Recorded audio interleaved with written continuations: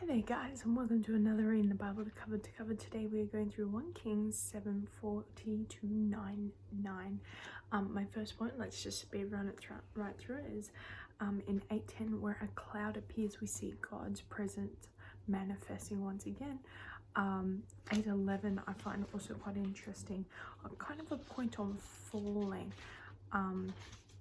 Here we see and when the priest came out of the holy place, a cloud filled the house of the Lord. That's verse 10. So that the priest could not stand to minister because of the cloud, for the glory of the Lord filled the house of the Lord. There is no specifics on whether they fell backwards or forwards. I know that's sometimes like a point of contention within some like charismatic movements and stuff like that. But we do see here people unable to stand under the full glory of God, which is quite interesting. 8:17, here is a very interesting way that Solomon is describing it, in a sense that doesn't imply that God is limited or restricted by physical buildings, which other gods may be. Here in 17 he says, to build a house for the name of the Lord, the God of Israel.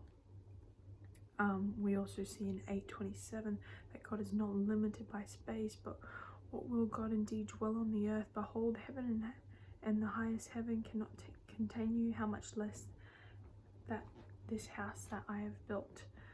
Very awesome passage there. In 8:32 we see Solomon calling on God to act as a judge.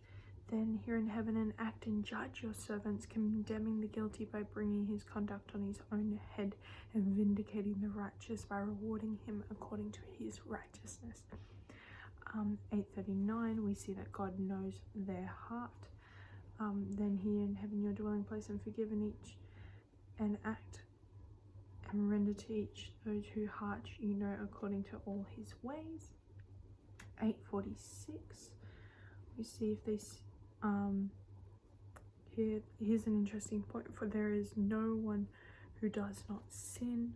Once again we see that none is righteous mentality even in the Old Testament.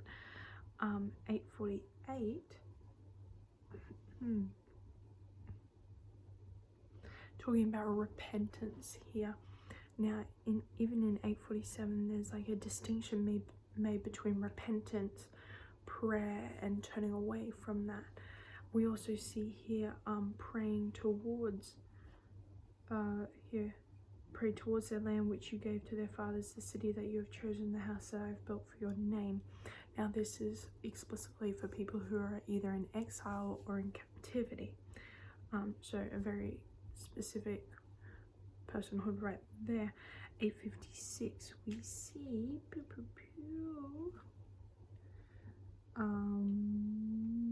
not one word has failed of his good promise. Once again, God showing that he not only doesn't lie, but he fulfills every promise that he has given us. 8:60 is my final point, where we see that Israelites are called to be a guiding light, that all the people of the earth may know that the Lord is God, there is no other. Let your heart therefore be holy, true to the Lord our God, walking in his statutes and keeping his commandments, as at this day. A fantastic reminder for all of us. Anyway, that's all for now. Thanks heaps for watching.